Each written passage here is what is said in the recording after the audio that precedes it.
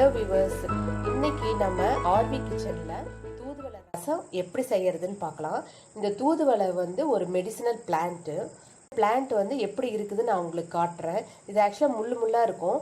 நம்ம இதை வந்து கட் பண்ணும்போது நம்ம வந்து ரொம்ப கேர்ஃபுல்லாக நம்ம ஒரு கத்திரிக்கோல் அதை வச்சு நம்ம ஒவ்வொரு லீஃபாக மெதுவாக கட் பண்ணணும்.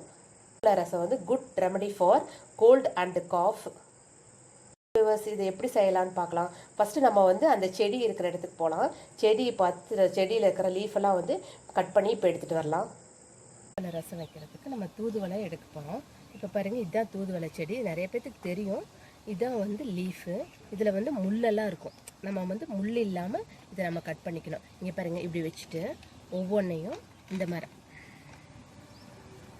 கட் பண்ணணும். ஆக்சுவலாக இது வந்து மெடிசினல் பிளான்ட்டு.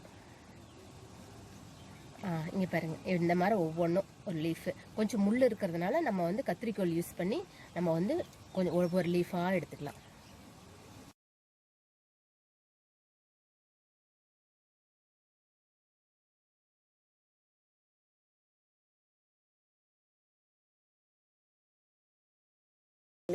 இப்படி வச்சு லைனாக இப்படி கட் பண்ணிக்கலாம். அதில் முள் இருக்கிறதுனால இந்த மாதிரி கட் பண்ணிக்கலாம்.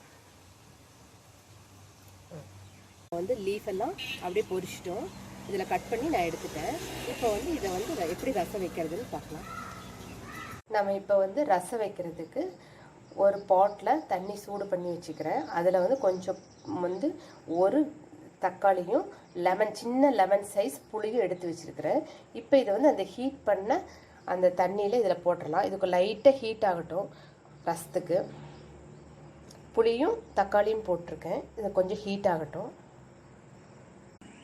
தூதுவளையை வந்து நான் நல்லா கழுவி வச்சுட்டேன். தூசி எதுவும் இல்லாமல் சுத்தமாக நான் கழுவி வச்சுட்டேன். இதை வந்து நம்ம மிக்சியில் போட்டு அரைச்சிக்கலாம். இப்போ ஒரு சின்ன மிக்சி ஜார் எடுத்துக்கலாம். அதில் இந்த கழுவி வச்சுருக்கிற தூதுவளை இலையை இதுக்குள்ளே போட்டுடலாம். அதுக்கப்புறம் 4 பூண்டு வந்து தோல் உரித்து சுத்தமாக இருக்கிற 4 பூண்டு போட்டுடலாம். 1 ஸ்பூன் கொத்தமல்லி போட்டுடலாம். 1/2 ஸ்பூன் சீரகம், 1/2 ஸ்பூன் மிளகு. இது மட்டும்தான் போட்டு அரைச்சிக்கலாம்.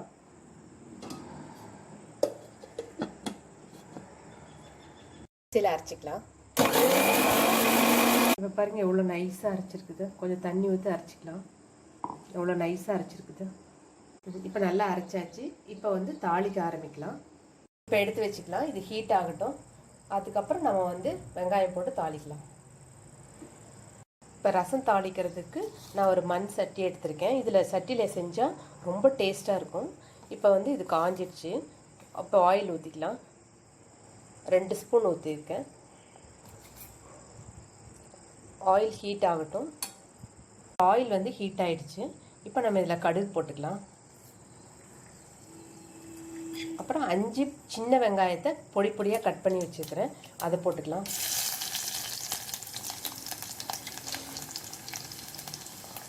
அது கூட வரமிளகாய் போட்டிருக்கேன். வரமிளகாய் 2 கட் பண்ணி வச்சுக்கிறேன்.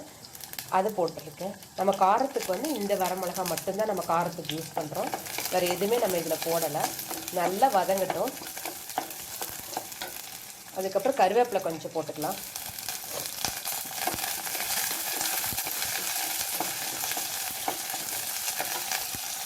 முதல்ல ஹீட் பண்ண அந்த தக்காளியும் புளியையும் வடிகட்டி வச்சுருந்தேன். அதை வந்து இப்போ இதில் ஊற்றிக்கலாம்.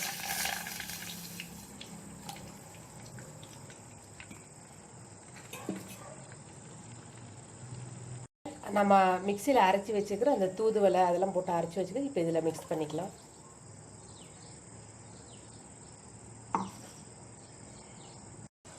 இது எல்லாம் கலந்ததுக்கப்புறம் நம்ம தேவையான சால்ட் போட்டுக்கலாம். பெருங்காயம் கொஞ்சம் போட்டுக்கலாம்.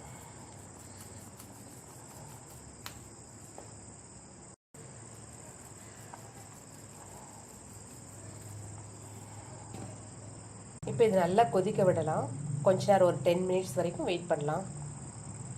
இப்போ 10 நிமிஷத்தில் நல்லா கொதிக்குது. நல்ல ஸ்மெல்லு வருது. இப்போ இதில் வந்து நம்ம ஆர்டிஃபிஷியல் எதுவுமே போட போகிறதில்ல. காரத்துக்கு நம்ம வந்து வரமிளகாய் போட்டிருக்கோம். வேறு எந்த பொடியுமே போடல. இது அரைச்ச பொடி இது மட்டும்தான் போட்டிருக்கிறோம். பாருங்க நல்லா கொதிக்குது பாருங்க. 10 நிமிஷத்துல நல்லா கொதிக்குது. ஒரு 5 மினிட்ஸ் கொதிக்கட்டும். இதில் வந்து எந்த பொடியுமே நம்ம ஆட் பண்ணலை. இது வந்து நம்ம அரைச்சதை மட்டும்தான் இதில் கலந்துருக்குறோம். வேறு எதுவுமே இதில் போடல. இப்போ வந்து ஒரு 5 மினிட்ஸ் ஆயிடுச்சு கொதிக்க ஆரம்பிச்சு. இப்போ நம்ம அடுப்பு ஆஃப் பண்ணிடலாம்.